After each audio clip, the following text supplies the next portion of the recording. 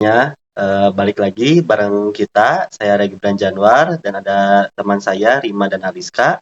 Di sini kita bakal bahas topik yang sangat penting di dunia keuangan, yaitu risk dan return dalam mengambil keputusan investasi. Topik ini sering banget muncul, apalagi buat kita yang mulai tertarik nih berinvestasi, tapi masih bingung sebenarnya seberapa besar risiko yang harus diambil dan apakah sebanding dengan keuntungan yang didapat. Hai semua pendengar. Nah, sebelum kita masuk ke pembahasan yang lebih dalam, kita harus tahu dulu makna dasar dari dua kata kunci ini, risk dan return. Risk atau resiko adalah kemungkinan bahwa hasil investasi kita tidak sesuai dengan harapan. Misalnya kita berharap harga saham naik tapi malah turun, itu bentuk resiko. Sedangkan return adalah hasil atau tingkat keuntungan yang kita dapatkan dari investasi tersebut, bisa berupa bunga, dividen, maupun kenaikan nilai aset. Nah, yang menarik antara risk dan return itu punya hubungan yang erat banget. Istilahnya high risk, high return. Artinya, semakin besar potensi keuntungan yang bisa kita dapat, semakin besar pula resiko kerugiannya. Misalnya, kalau kita menaruh uang di deposito, resikonya kecil, tapi returnnya juga kecil. Tapi kalau kita berani masuk ke investasi saham atau kripto, potensi keuntungannya besar, namun fluktuasinya juga tinggi. Betul banget, Aliska. Oleh karena itu, dalam dunia investasi, kita nggak bisa cuma fokus pada keuntungan, harus bisa menyeimbangkan antara risiko dan hasil. Investor yang baik biasanya dimulai dengan mengenal profil risikonya, apakah termasuk tipe konservatif, moderat, dan agresif. Konservatif cenderung pilih instrumen yang aman seperti deposito atau obligasi. Moderat bisa mulai coba reksa dana campuran. Agresif berani ambil risiko tinggi di saham atau aset digital. Dengan tahu profil diri sendiri, keputusan investasi jadi lebih tepat. Selain itu, kita juga harus pahami konsep expect return dan realized return. Expect return itu adalah keuntungan yang kita harapkan sebelum investasi dilakukan. Realized return adalah hasil nyata yang benar-benar kita dapatkan.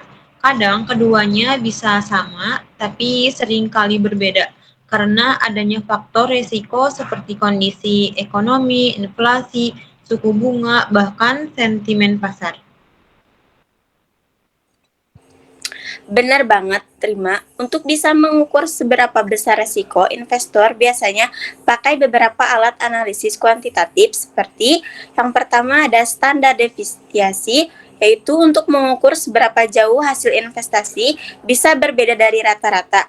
Yang kedua, beta yang mengasih tahu seberapa sensitif harga saham terhadap perubahan pasar.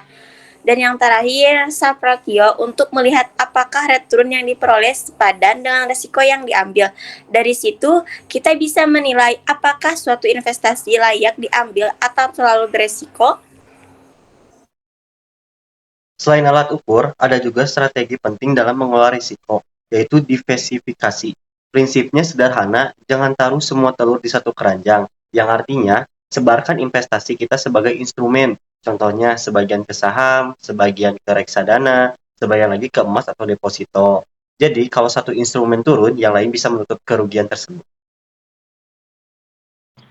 Setuju banget, diversifikasi itu cara paling efektif untuk mengurangi resiko tanpa harus kehilangan potensi keuntungan sepenuhnya. Tapi tetap semuanya harus disesuaikan dengan tujuan investasi.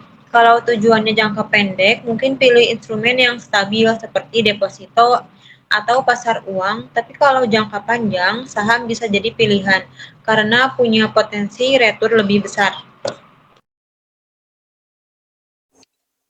Selain diversifikasi, investor juga perlu memperhatikan faktor eksternal yang bisa memengaruhi resiko dan return. Misalnya, kondisi ekonomi global, inflasi, perubahan suku bunga, hingga situasi politik. Semua faktor itu bisa bikin nilai investasi naik atau turun. Jadi, penting banget untuk terus update informasi dan punya strategi adaptif. Nah, kalau kita simpulin nih, kunci dalam mengambil keputusan investasi adalah memahami hubungan antara risiko dan return, lalu menyesuaikan dengan profil abadi, tujuan finansial, dan kondisi pasar. Investasi bukan cari untung cepat, tapi soal perencanaan jangka panjang dan kemampuan mengelola risiko tersebut.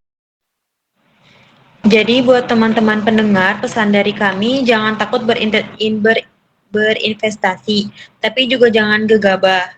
Pelajari dulu instrumennya, kenali resikonya, dan tentukan strategi yang sesuai. Karena dalam dunia investasi, pengetahuan adalah perlindungan terbaik terhadap resiko. Setuju banget, Rima. Ingat, risk dan return itu ibarat dua sisi mata uang. Keduanya nggak bisa dipisahkan, tapi bisa kita kendalikan lewat pemahaman dan perencanaan yang matang.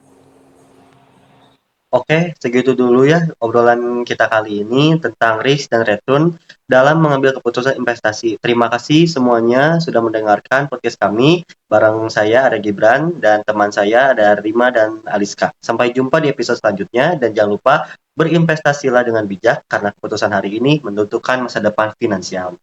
Terima kasih semuanya. Sampai jumpa.